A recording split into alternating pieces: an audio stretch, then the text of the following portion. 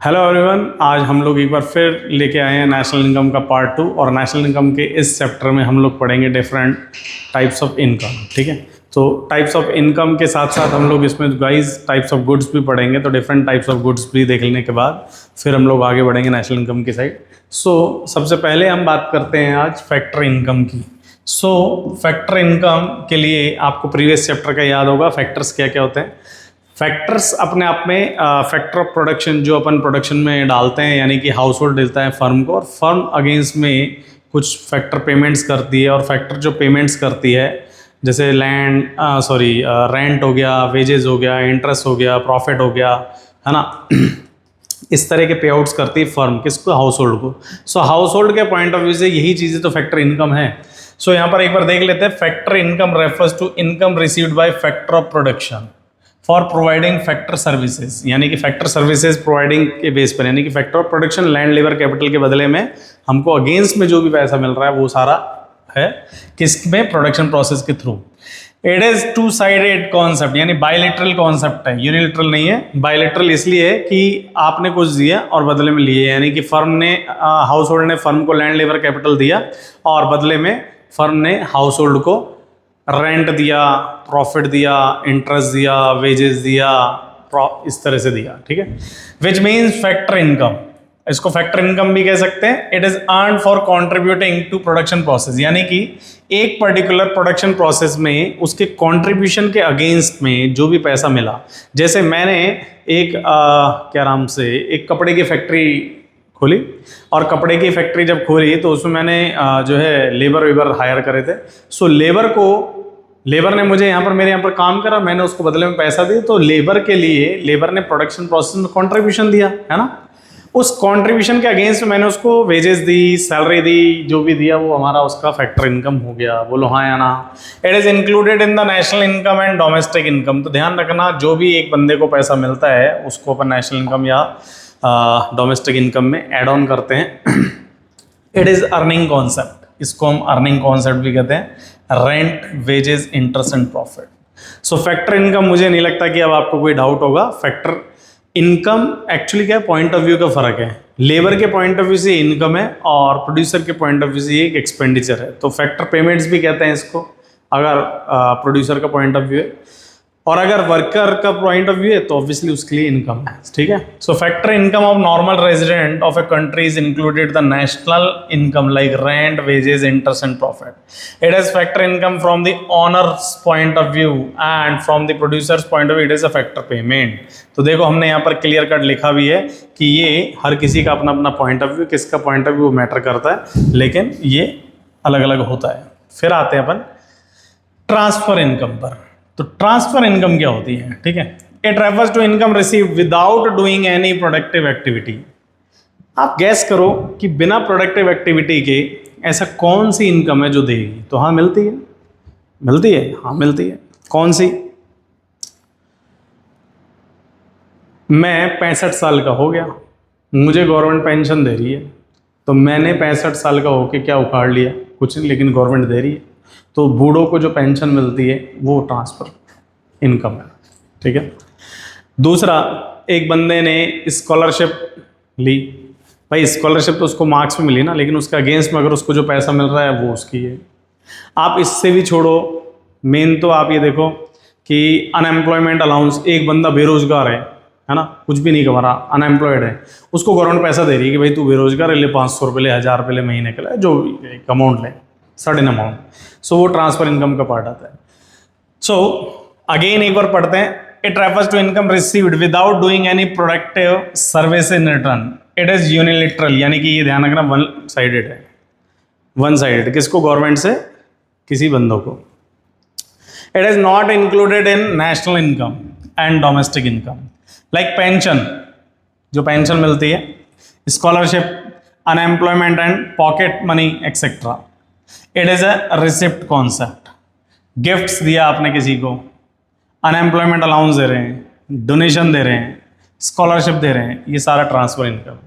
आपके 2-3 क्वेश्चन यहाँ से बन जाते हैं। क्या क्या बनते हैं? पहला कि फैक्टर इनकम कौन सा कॉन्सेप्ट है? तो ध्यान रखना अर्निंग कॉन्सेप्ट है। तो ट्रांसफर इनकम कौन सा कॉन्सेप्ट है? तो ध्यान रखना रिसिप्ट कॉन्सेप्ट है। दूसरा, ये किस तरह की इनकम है? ये भाई बायलैटरल इनकम है, फैक्टर इनकम।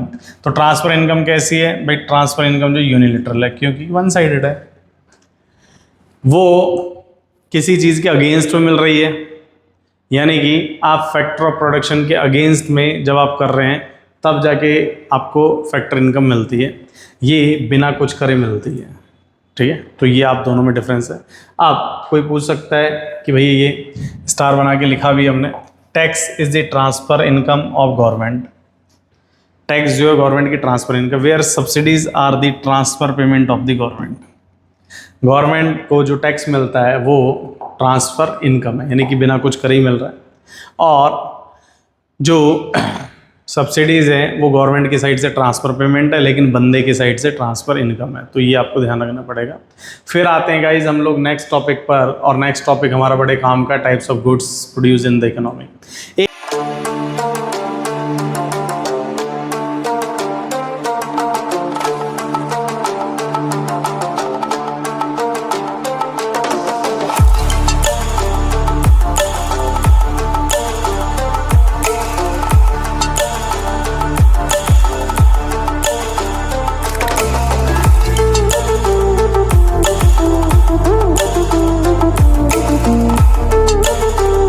इकोनॉमी में डिफरेंट टाइप्स ऑफ गुड्स होते हैं, किस तरह के होते हैं, क्या होते हैं, उनको समझना पड़ेगा।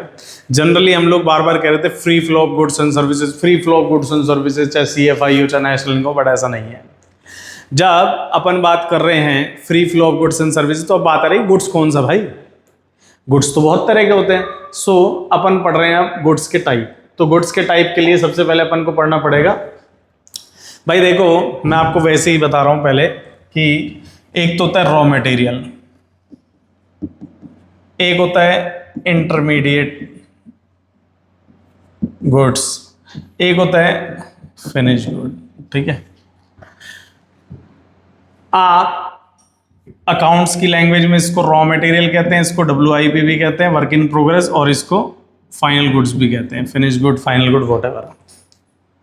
जैसे आप ये मान सकते हैं, एक बेसिक मतलब घर के हिसाब से एग्जाम्पल बता सकता हूँ। जो आटा होता है, जो चक्की से पिस कर आता है, उसको अपन रॉ मटेरियल कहते हैं, ठीक है। फिर उस आटे में हम पानी वानी मिलाते हैं, आटे को गूंद देते हैं, ठीक है। आटा गूंद दिया लेकिन रोटी नहीं बनाई है, तो ये हमारा WIP है, इंटरमीडिएट गुड्स कह सकते हैं। ना वो कच्चा रहा ना पक्का रहा। और फाइनल गुड्स मतलब जब अपन उसको बेल के रोटी वोटी बना देते हैं तो फाइनल गुड्स हो गया। सो हर बार कुछ ना कुछ वैल्यू एडिशन चलता रहता है, तो वो हमारा, तो रॉ मटेरियल को तो बताने की जरूरत ही नहीं है। हर वो चीज़ जो रॉ वे में अवेलेबल है वो हमारा रॉ मटेरियल है। इंटरमीडिएट गुड्स की बात चल रही है फिलहाल तो इंटरमीडिएट गुड्स को और फाइनल गुड्स को अपन देखेंगे आज। फाइनल गुड्स के अंदर भी भैया आगे चल के दो डिफ्रेंशिएट हो जाते हैं, कंज्यूमेबल गुड्स और कैपिटल गुड्स आ जाता है। तो कई बार इनकी डेफिनेशन आ जाती है और बड़े काम की होती है। तो आप जब अभी पढ़ेंगे तो बड़ा मज़ा आएगा आपको समझने में इस चीज़ को कि इंटरमीडिएट गुड्स क्या हो जाते हैं, ठीक है। Intermediate goods refers to those goods which are use either for resale और फॉर फर्दर प्रोडक्शन, यानी जिसकी रीसेल पॉसिबल है या फिर फर्दर प्रोडक्शन में जिसको अपन यूज कर सकते हैं in the same year, it is known as intermediate goods. Like sugar for tea और milk by a dairy shop. Depend कर रहा है कौन, डेयरी शॉप की बात करें, डेयरी शॉप जब मिल्क खरीद बेच रहा है तो उसके लिए इंटरमीडिएट गुड्स है। Intermediate goods remains with in the production boundary, तो ध्यान रखना विद इन प्रोडक्शन बाउंड्री मतलब उनमें प्रोडक्शन होगा ही होगा। We don't include the value of intermediate goods into the national income due to the double counting error। हम लोग कभी भी नेशनल इनकम में इंटरमीडिएट गुड्स को इन्वॉल्व नहीं करते। अगर करेंगे तो भैया कैलकुलेशन एरर हो जाएगा कि क्या फाइनल गुड्स की वैल्यू करते हैं। हम जब नेशनल इनकम पढ़ेंगे तो उसकी डेफिनेशन में क्लियर कट है कि एक पर्टिकुलर ईयर में जितना भी गुड्स एंड सर्विसेज है उसकी फाइनल गुड्स की बात चल रही है, मॉनेटरी वैल्यू को काउंट किया जाता है। तो यानी कि फाइनल गुड्स की, यानी कि रॉ मटेरियल की ना, क्योंकि रॉ तो है ही नहीं, इंटरमीडिएट की ना।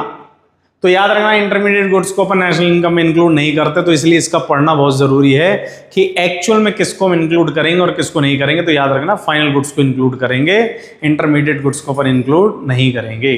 Like vegetable purchase by restaurant, intermediate goods है, क्योंकि वो फर्दर प्रोडक्शन करेगा इसका और वो रीसेल भी करेगा। Vegetable purchase by me for my home, it is not intermediate goods, ये फाइनल गुड्स के अंदर पार्ट आ जाएगा, तो ये आपको ध्यान रखना है, ठीक है।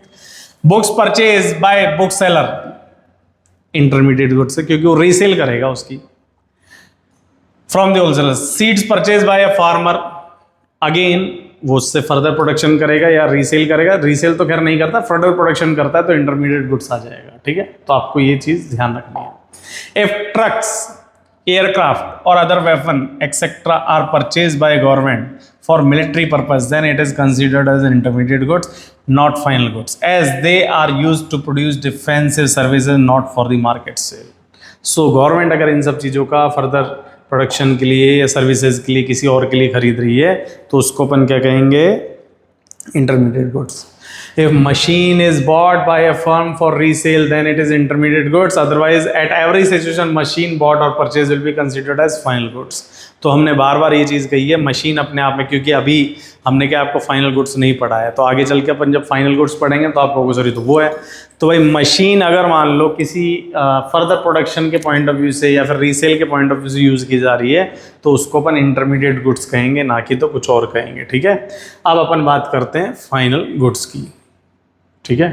फिर इनके डिफरेंस पढ़ेंगे तो उससे हमारा और क्लियरिटी आएगा।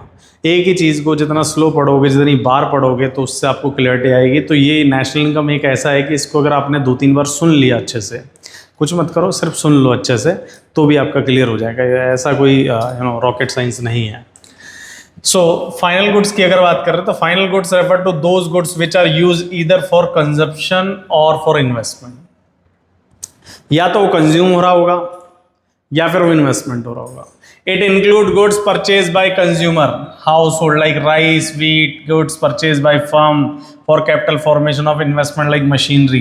It include the value of intermediate goods itself, so we use the value of final goods in the national income. क्लियर है कि भाई फाइनल गुड्स के अंदर इंटरमीडिएट गुड्स की वैल्यू ऑलरेडी इंक्लूड होती है, तो इसीलिए अपन नेशनल इनकम में सिर्फ फाइनल गुड्स को इंक्लूड करते हैं, इंटरमीडिएट को नहीं करते, क्योंकि ऑलरेडी इंक्लूडेड है। Like burger purchase by us, household purchase to live, rice purchase by us, तो ये सारी चीजें क्या है, हमारी फाइनल गुड्स है। तो देखो, the goods which are out of production boundary line, then it is a final goods, यानी कि जिसमें फर्दर प्रोडक्शन की रिक्वायरमेंट ही नहीं, वही है। And if a good remain within the production boundary, then it will be considered as intermediate goods, यानी कि जिसमें प्रोडक्शन की रिक्वायरमेंट है वो इंटरमीडिएट गुड्स है, जिसमें फाइनल प्रोडक्शन की रिक्वायरमेंट नहीं है वो हमारा फाइनल गुड्स है, ठीक है। सो डिफरेंस समझ लीजिए, मीनिंग को देख लीजिए। मीनिंग आई होप क्लियर है कि यहाँ पर final goods, these goods are use either for consumption और इन्वेस्टमेंट, तो ध्यान रखना, और these goods are for resale और further production. They have direct demand, they don't have direct demand, they derive demand, ये डिपेंड करती है उस पर, है ना। वैल्यू एडिशन, तो इसमें they are ready for use, so no value addition, इसमें वैल्यू एडिशन होती है क्योंकि वो ऑलरेडी बने हुए हैं, ये बनना बाकी है। They are out of the boundary, production boundary, they are within the production boundary, तो ये अपन को देखना है। Milk purchase by household final goods है, milk purchase by dairy shop ये आपका इंटरमीडिएट गुड्स है। Estimation of national income, final goods को अपन इंक्लूड करते हैं, इंटरमीडिएट गुड्स को अपन इंक्लूड नहीं करते हैं। फिर आते हैं अपन कंज्यूमेबल गुड्स पर। तो गाइस कंज्यूमेबल गुड्स क्या होते हैं? कंज्यूमेबल, भाई कंज्यूमेबल जिनको अपन ने कंज्यूम कर लिए। अब कंज्यूम जब करोगे तो भाई इसमें बहुत तरह के आएंगे कि किस तरह का कंजप्शन रहा था, वो ड्यूरेबल गुड्स का था, सेमी ड्यूरेबल का था, या फिर नॉन ड्यूरेबल का था, या वो सर्विस थी, क्या था बताना पड़ेगा अपन को, ठीक है। सो यहाँ पर अपन को देखना पड़ेगा, it is also known as consumption, ठीक है, it is also known as consumption. एक सेकेंड हम इसको हटा देते हैं, गुड्स और कंज्यूमर गुड्स। तो ध्यान रखना कंजप्शन गुड्स को ही अपन कंज्यूमर गुड्स भी कहते हैं, ठीक है। क्यों कहते हैं? Which are directly use for the satisfaction of human wants, यानी कि जिन गुड्स को अपन ह्यूमन वांट्स के सेटिस्फेक्शन के लिए यूज कर रहे हैं उसको अपन क्या कहेंगे? कंज्यूमेबल गुड्स, ठीक है। So these are not used in the production of other goods. जिनको आपने कंज्यूम ही कर लिया तो उनको आप फर्दर प्रोडक्शन में तो यूज करोगे नहीं। Like ice cream and milk used in house hold. Consumer goods is a part of final goods. Final goods का हो सकता है एंड इट इज सब डिवाइडेड इनटू 4 कैटेगरी। तो ये ध्यान रखना, एक तो आपका फाइनल गुड्स का पार्ट रहेगा 4 कैटेगरी में, durable, semi durable, non durable और सर्विसेज, कुछ भी हो सकता है। ड्यूरेबल गुड्स की सर्विसेज को चेक कर लेते हैं भाई कि क्या है। तो ड्यूरेबल गुड्स के अंदर, ड्यूरेबल नाम से ये जो लंबा चलेगा, ठीक है। These goods which can be use again and again in the consumption over a considered period are non as durable goods. Like television, refrigerator, fan, AC, यानी कि जो लंबा चलते हैं। एक बार ले लिया गई 8-10 साल की। आपके घर में टीवी है, चेक कर लो 8-10 साल पुराना है, या पिछला टीवी देखो कितना पुराना है। फ्रिज देख लेना। Semi durable goods, those goods which can be use for limited period of time are called semi durable goods. Crockery, shoes, clothes. आप क्रॉकरी ले रहे हैं, शूज ले रहे हैं, क्लॉथ्स ले रहे हैं, ये सभी आपकी क्या है, सेमी ड्यूरेबल गुड्स है, ठीक है।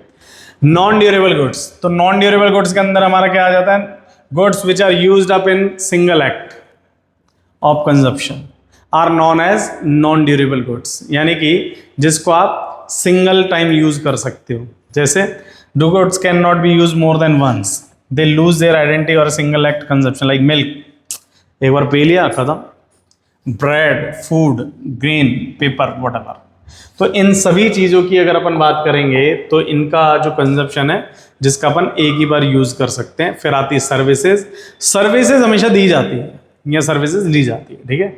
Services are rendered to consumer for direct consumption by them. For an example, जैसे सर्विस हमने अभी मान लो सलून में गए, हम मान लो पढ़ा रहे हैं इस वक्त, डॉक्टर ने सर्विस दी, होटल्स ने, बैंक ने, ये सभी सर्विसेज जो है वन टाइम यूज होती है। दोबारा आप करेंगे तो उसका पैसा अलग से लगेगा।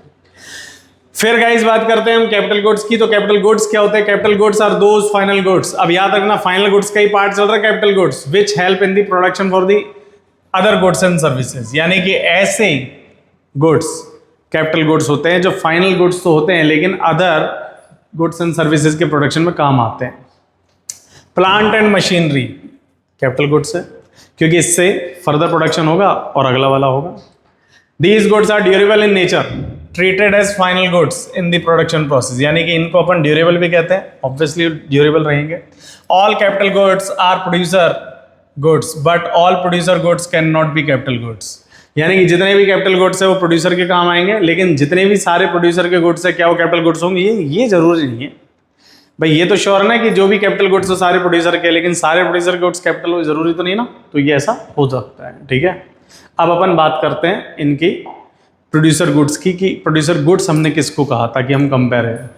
Those goods which are used in the production for other goods, यानी कि ऐसे गुड्स जो अदर गुड्स के प्रोडक्शन में काम आ रहे हैं, जैसे कोयला हो गया, लकड़ी होगी, मशीनरी होगी, प्लांट हो गए। So here coal and wood can not be capital goods. तो ध्यान रखना, कैपिटल गुड्स नहीं है कि वन टाइम यूज हो रहा है, प्रोड्यूसर गुड्स है। And machinery and plant are capital goods, तो ये लॉन्ग टर्म यूज हो सकते हैं। सो डिफरेंस करते हैं अपन कंज्यूमेबल गुड्स की और कैपिटल गुड्स की। तो कंज्यूमेबल गुड्स और कैपिटल गुड्स की अगर बात करें, satisfaction of human wants, consumable goods, these goods satisfy human want directly, so such goods have direct demand. Capital goods की बात करें, such goods satisfy human wants indirectly, तो इनकी इनडायरेक्ट डिमांड है, डेराइव डिमांड जिसको कहते हैं। Production capacity, they do not promote production capacity, they help to promote the production capacity. Expected life, consumption goods have limited life और capital goods की जो है लाइफ अनलिमिटेड होती है, एटलीस्ट 1 साल से तो ज़्यादा ही होती है। तो यूज़र की अगर बात करते हैं, consumption goods use by house hold only और कैपिटल गुड्स जो है फर्म के लिए होते हैं सिर्फ। एग्जाम्पल आइसक्रीम, राइस, व्हीट की बात करें, यहाँ पर प्लांट एंड मशीनरी की बात करते हैं। सो आज के लिए इतना ही गाइज। आई होप आपको ये चैप्टर अच्छा लगा होगा। अभी चैप्टर फिनिश नहीं हुआ है, अभी चैप्टर में बहुत सारी चीज़ें होनी बाकी है। सो इसी का हम लोग नेक्स्ट पार्ट लेके आएंगे अपनी नेक्स्ट वीडियो में। जब तक के लिए लाइक, शेयर, कमेंट और सब्सक्राइब जरूर करें और ज़्यादा से ज़्यादा लोगों तक शेयर करें। Thank you so much.